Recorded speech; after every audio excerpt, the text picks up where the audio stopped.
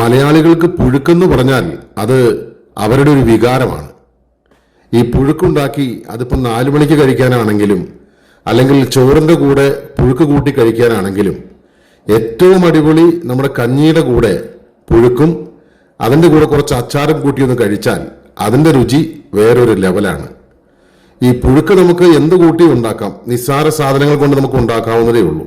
ഇതാകണ്ടോ, ഇവിടെ തന്നെ 2 ചേമ്പും കുറച്ച് ചേനയും കുറച്ച് കപ്പങ്ങയും കൂട്ടി നമുക്കൊരു പുഴുക്കുണ്ടാക്കാം. ഈ കപ്പങ്ങ ഇതുപോലെ ഒരു സ്ക്വയർ പീസായിട്ട് നന്നായിട്ടൊന്ന് അരിഞ്ഞെടുത്ത് അത് നമുക്ക് ഒരു വെള്ളത്തിലേക്കിട്ട് ഒന്ന് കഴുകിയെടുക്കുവാനായിട്ട് വെള്ളത്തിലേക്ക് ഇട്ട് കൊടുക്കാം.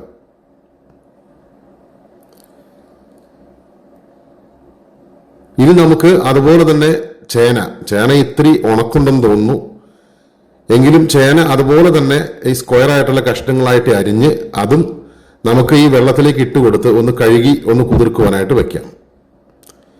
ഇനി നമുക്ക് നമ്മുടെ ചേമ്പ് അല്ലെങ്കിൽ തന്നെ നമുക്ക് എല്ലാവർക്കും അത് തനിയെ പുഴുങ്ങിയാലും വളരെ ഇഷ്ടമാണ്.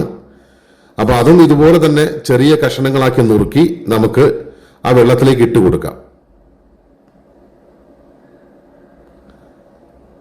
ഇനി ആ വെള്ളത്തിലേക്ക് ഇട്ട് കൊടുത്ത വെള്ളത്തിൽ നന്നായിട്ട് എല്ലാം കൂടി ഒന്ന് വഴറ്റി ഒന്ന് കഴുകി വാരിയെടുത്ത് ഒരു കുക്കർ എടുത്ത് വെച്ച് ആ കുക്കറിലേക്ക് അത് നന്നായിട്ട് കഴുകിയതിന് ശേഷം ഈ കുക്കറിലേക്ക് ഇട്ട് കൊടുക്കുക.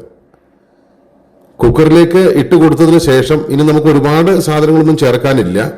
അതിലേക്ക് ആദ്യം കുറച്ച് മഞ്ഞൾപ്പൊടി, കുറച്ച് മുളക് പൊടി, പാകത്തിന് ഉപ്പ്, ഇനി ഒരു 2-3 പച്ചമുളക് ഒന്ന് കീറിയിട്ട് കൊടുക്കുക, കുറച്ച് കറിവേപ്പില, പിന്നെ അതിലേക്ക് പാകത്തിന് വെള്ളവും ഒഴിക്കാം.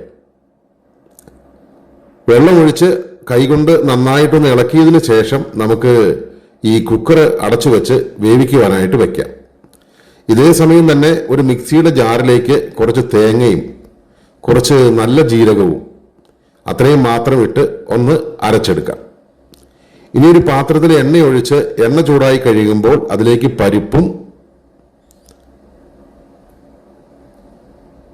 പരിപ്പിന്റെ കൂടെ തന്നെ കുറച്ച് ഉഴുന്നും അത് നന്നായിട്ടൊന്ന് വറുത്ത് വന്നു കഴിയുമ്പോൾ ഇനി അതിലേക്ക് നമ്മൾ ചേർത്ത് കൊടുക്കുന്നത് ചെറിയ ഉള്ളിയാണ്. ചെറിയ ഉള്ളി ചെറുതായിട്ട് അരിഞ്ഞ് അതിലേക്ക് ചേർത്ത് കൊടുക്കുന്നു. പിന്നെ ഒരു 2-3 വറ്റൽ മുളക് നടുവേ ഒന്ന് കീറി അതിലേക്കിട്ട് കുറച്ച് കറിവേപ്പില കൂടിയിട്ട് ഒന്ന് മൂപ്പിച്ചെടുക്കുന്നു. അതിനുശേഷം കുറച്ച് തേങ്ങ, ആദ്യം നമ്മൾ തേങ്ങ ചേർത്തിട്ടുണ്ട്, കുറച്ച് തേങ്ങ കൂടി ഇതിലേക്കിട്ട് ഒന്ന് വാട്ടിയെടുക്കുന്നു. ഇനി നമ്മൾ വെന്ത് വന്നിരിക്കുന്ന കഷ്ണങ്ങളെല്ലാം കൂടി ഇതിലേക്ക് ചേർത്ത് നന്നായിട്ടൊന്ന് ഇളക്കിയെടുക്കുന്നു.